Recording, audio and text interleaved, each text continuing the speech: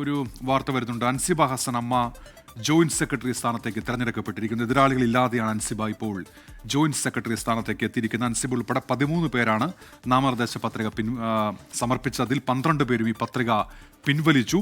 അതോടെ അൻസിബ അമ്മയുടെ joint secretary പദവിയിലേക്ക് എത്തിയിരുന്നു. YS അഭിനന്ദുടെ വിവരങ്ങളുമായി. അഭിനന്ദ്, പറയൂ.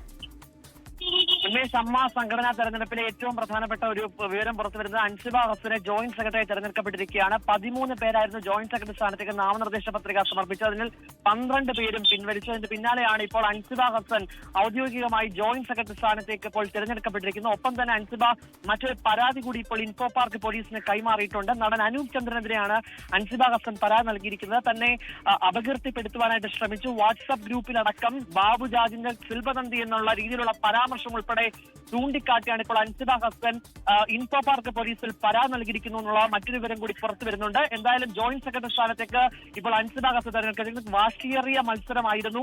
ആദ്യഘട്ടത്തിൽ തന്നെ നാമനിർദ്ദേശ പത്രിക സമർപ്പണ വേളയിൽ ഉൾപ്പെടെ നടന്നത്. ജോയിന്റ് സെക്രട്ടറി സ്ഥാനത്തേക്ക് 14 പേർ നാമനിർദ്ദേശ പത്രിക നൽകി. അതിൽ തന്നെ 12 പേർ ഇപ്പോൾ പിൻവലിച്ച സാഹചര്യത്തിലാണ് അൻസിബ ഹസനെ ജോയിന്റ് സെക്രട്ടറി സ്ഥാനത്തേക്ക് എതിരില്ലാതെ തിരഞ്ഞെടുക്കപ്പെട്ടിരിക്കുന്നത്. മറ്റ് നടപടിക്രമങ്ങൾ ഇപ്പോൾ പൂർത്തീകരിച്ചുകൊണ്ടിരിക്കുകയാണ്. എന്നാൽ 4 മണിയോടുകൂടി തന്നെ ഭരണാധികാരി ഉൾപ്പെടെയുള്ളവർ മാധ്യമങ്ങളെ കണ്ട് ഔദ്യോഗികമായ സ്ഥാനാർത്ഥി പട്ടിക പുറത്തു വരുമെന്നാണ് ഏറ്റവും പ്രധാനപ്പെട്ട കാര്യം. വൈസ് പ്രസിഡന്റ് സ്ഥാനത്ത് നിന്നും നടി നവ്യ നായർ നാമനിർദ്ദേശ പത്രിക പിൻവലിച്ചതോടുകൂടി 3 പേരായിരിക്കും ഉണ്ടാകുക. ഇതിനകത്ത് ജയൻ ചേർത്തല, ഒപ്പം തന്നെ 3 പേർ ആയിരിക്കും വൈസ് പ്രസിഡന്റ് സ്ഥാനത്തേക്ക് മത്സരിക്കുക. പ്രസിഡന്റ് സ്ഥാനത്തേക്ക് ഇപ്പോഴും ഒരു പ്രശ്നം ഇടുന്നത് അനൂപ് ചന്ദ്രന്റെ കാര്യത്തിലാണ്. അനൂപ് ചന്ദ്രൻ നാമനിർദ്ദേശ പത്രിക ഔദ്യോഗികമായി പിൻവലിക്കുന്ന കാര്യത്തിൽ ഇപ്പോഴും ഒരു തീരുമാനമെടുത്തിട്ടില്ല.